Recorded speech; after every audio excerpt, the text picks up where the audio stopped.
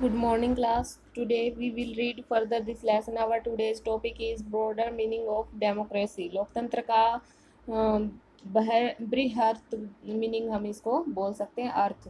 In this chapter, we have considered the meaning of democracy in a limited and dis, uh, descriptive sense. इस chapter में हम लोकतंत्र की एक सीमित और विवरणात्मक चर्चा करेंगे. We have understood democracy as a form of government. हमने शासन के एक स्वरूप के तौर पर लोकतंत्र को समझा. This way of defining democracy help us identify a clear set of minimal features that a democracy must have. और उन न्यूनतम विशेषताओं या गुणों की पहचान कराती है जो लोकतंत्र की ज़रूरत है. हमारे समय में लोकतंत्र का सबसे आम रूप है. The most common form that democracy take in our time is that of a representative democracy. जो आम फॉर्म है वो है कि जो रिप्रेजेंटेटिव है वो वाला लोकतंत्र है जिसके कुछ रिप्रेजेंटेटिव होते हैं जो लोगों द्वारा चुने होते हैं. You have already read about this in the previous classes. और आप प्रीवियस यानी कि जो पहले वीडियोस हमने बनाए उनमें आप इसके बारे में पढ़ भी चुके हैं. पिछले लेसन में इसी में आप इनके बारे में जान भी चुके हैं. In the countries we call democracy, हम जिन देशों को लोकतंत्र जिनमें मानते हैं कि भी इनमें डेमोक्रेसी है, all the people do not rule, उसमें सभी लोग शासन नहीं चलाते हैं. Majority is allowed to take decision on behalf of all the people, सभी लोगों की तरफ से बहुमत को फैसले लेने का अधिकार होता है. यानी कि जो लोग हम चुन करके आगे भेजते हैं उन लोगों वो लोग हमारे बिहाफ पर ये डिसीजन लेते हैं. Even the majority does not rule directly, जबकि डायरेक्टली वो शासन नहीं करते. बहुमत शासन डायरेक्टली नहीं करता, उनके द्वारा चुने गए जो लोग हैं वो आगे शासन करते हैं. The majority of people rule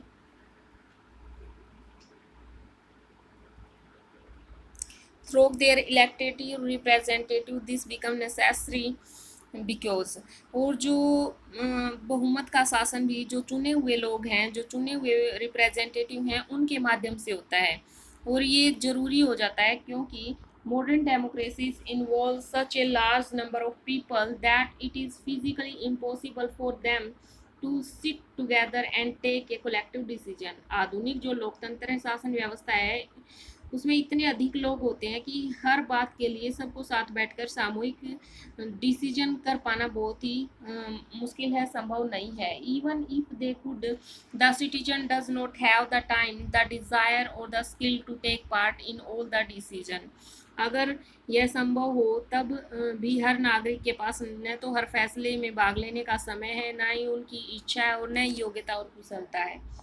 this gives us A clear but minimal understanding of democracy. इससे हमें लोकतंत्र की स्पष्ट लेकिन न्यूनतम जरूरी समझ मिलती है. This clarity help us to distinguish democracies from non democracies.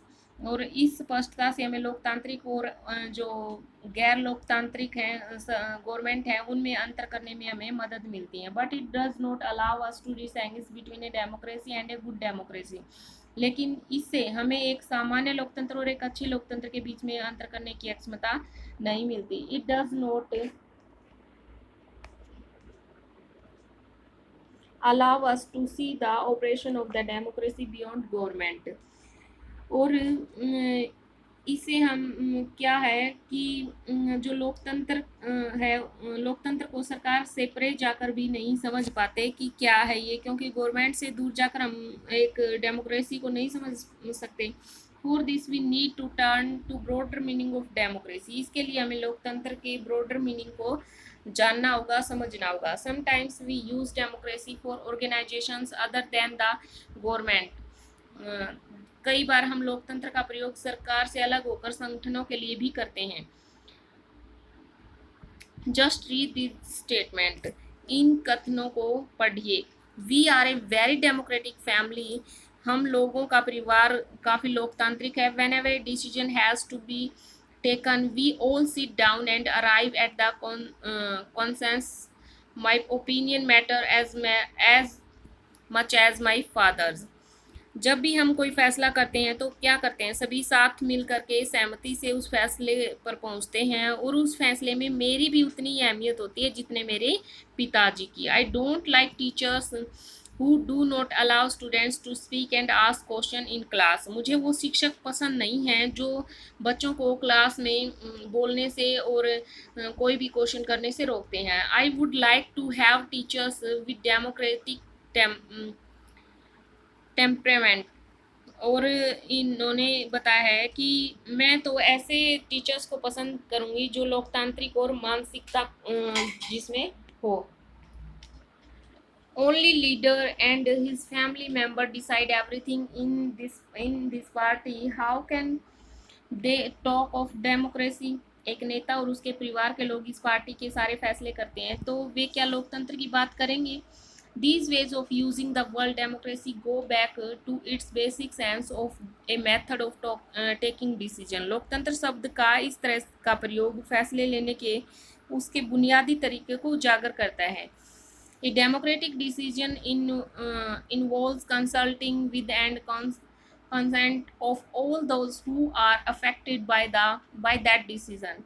लोकतांत्रिक जो डिसीजन है उसका मतलब ये होता है कि उस फैसले से प्रभावित होने वाले सभी लोगों के साथ तो उसके बारे में विचार विमर्श किया जाए, और उसके बाद taking and decision as those who are powerful.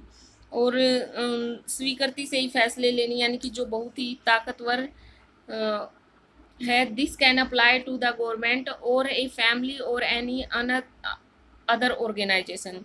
उसका भी किसी फैसले लेने में उतना ही महत्व होता है जितना कि जो पावरफुल होता है उसका होता है।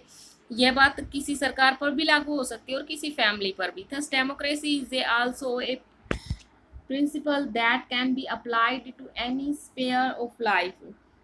तो इस प्रकार लोकतंत्र एक ऐसा सिद्धांत है जिसका प्रयोग जीवन के किसी भी क्षेत्र में हो सकता है। समटाइम्स वी यूज, इन्होंने ये बताया है कि मान लो फैमिली में स्टूडेंट्स आपके लिए कोई फैसला किया जाता है तो वो ज़रूरी है कि आपके साथ भी कंसल्ट करें, वो आपके साथ भी डिस्कशन करें उसके बारे में। तो इसी तरह गवर्नमेंट में है कि जो फैसला लिया जाता है सबके साथ वो डिस्कशन करके ही फैसले लिए जाएं।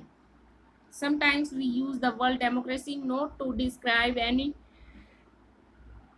existing government but to set up an ideal standard that all democracies must aim to become।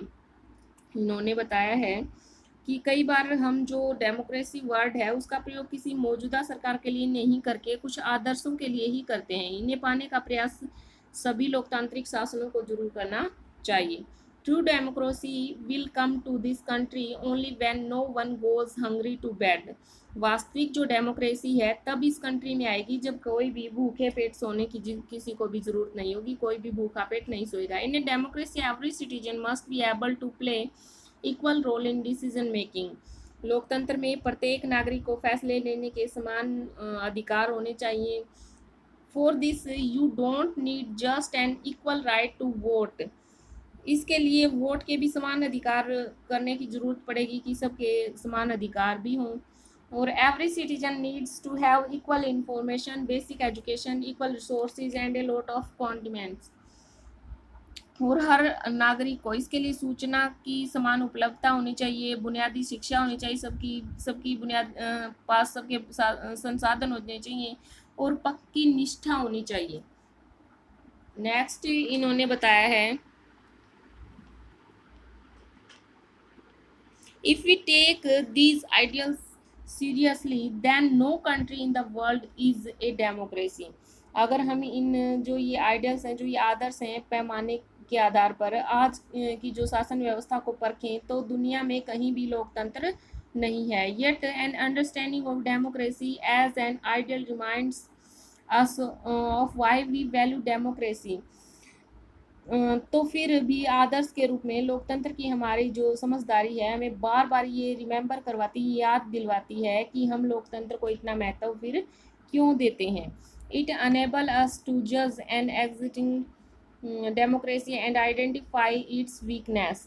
इससे हम मौजूदा जो लोकतंत्र की व्यवस्थाएं हैं उसको परखने और उनकी जो वीकनेस है को पहचानने में हमें मदद मिलती है। It help us to distinguish between a minimal democracy and a good democracy, और इससे हमें न्यूनतम काम चलाऊ जो लोकतंत्र है और अच्छे लोकतंत्र है उसके बीच का अंतर जो है वो समझ आता है। In this book, we do not deal much with this expanded notion of democracy.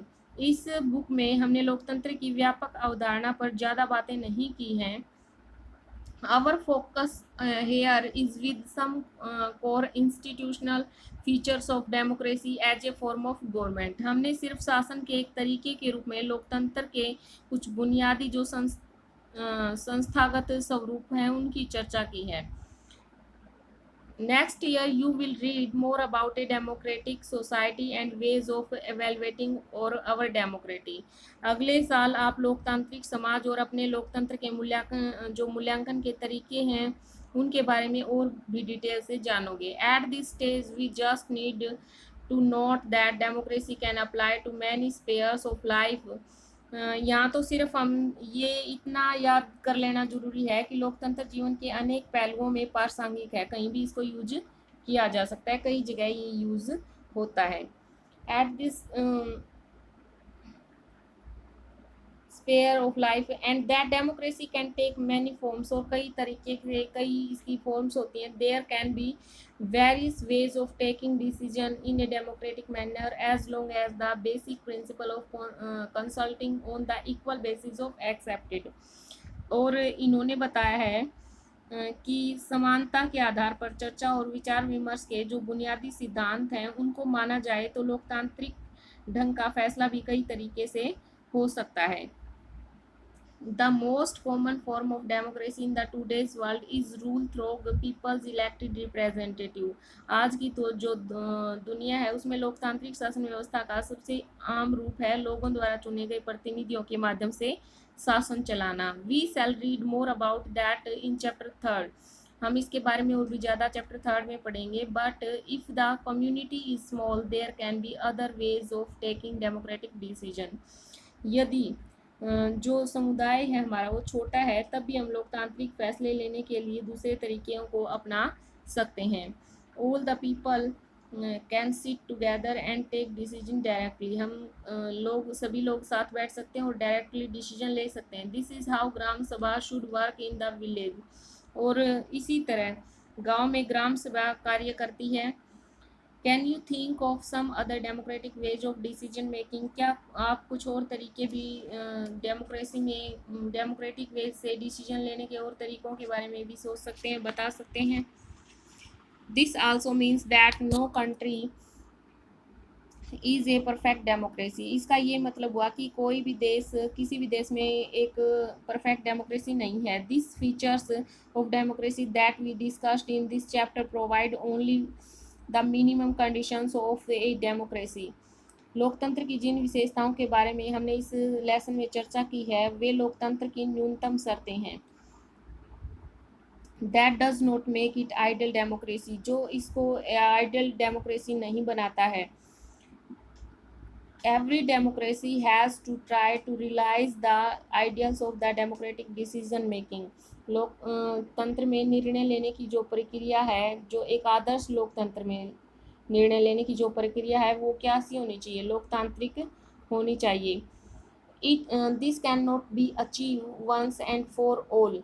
और ये क्या है कि इसको अपना जो उद्देश्य है, मकसद है, वो पाने के लिए अचीव करने के लिए this require a constant effort to save the strength democratic form of decision making. और इसके लिए लोकतांत्रिक फैसले लेने की जो प्रक्रिया है उसको बचाए रखने और मजबूत करने की ज़रूरत होती है।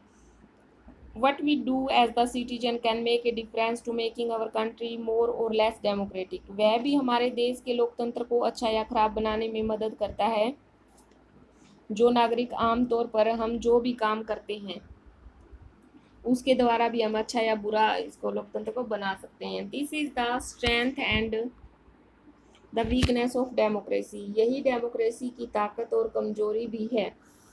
The fate of the country depends not just on what the rulers do but mainly on what we as citizen do. देश का जो भविष्य है, जो रूलर्स हैं उनके कामकाज से भी ज़्यादा जो नागरिक हैं, जो हम हैं, हमारे कामकाज पर कि हम क्या करते हैं और क्या नहीं, उस पर डिपेंड करता है. This is what disengage democracy from other governments. ये चीज़ लोकतंत्र को अन्य जो फॉर्म ऑफ गवर्नमेंट है उनसे अलग बनाती है. Other form of government like monarchy, dictatorship, or one party rule do not require all citizens to take part in politics. राजशाही, तानाशाही और एक दल के शासन जैसी अन्य जो व्यवस्थाएं हैं उनमें नागरिकों को राजनीतिक में हिस्सेदारी करने की जरूरत नहीं रहती है. In fact most non-democratic governments would like citizen not to take part in politics. और जो गैर लोकतांत्रिक सरकारें हैं वो चाहती हैं कि लोग राजनीति में हिस्सा ना लें. But democracy depends on active political participation by the all citizen. लेकिन जो लोकतांत्रिक व्यवस्था है वो सभी नागरिकों को सक्रिय भागीदारी पर ही निर्भर होती है कि सभी उसमें भागीदारी लें. That is why study of democracy must focus on democratic politics. इसलिए लोकतंत्र के बारे में पढ़ाई हो तो लोकतांत्रिक राजनीति पर ही ध्यान केंद्रित करना चाहिए. सो स्टूडेंट्स, आज हमने हमारा लेसन कंप्लीट किया है. आप रिवाइज भी करते रहिए. Thank you. Have a nice day.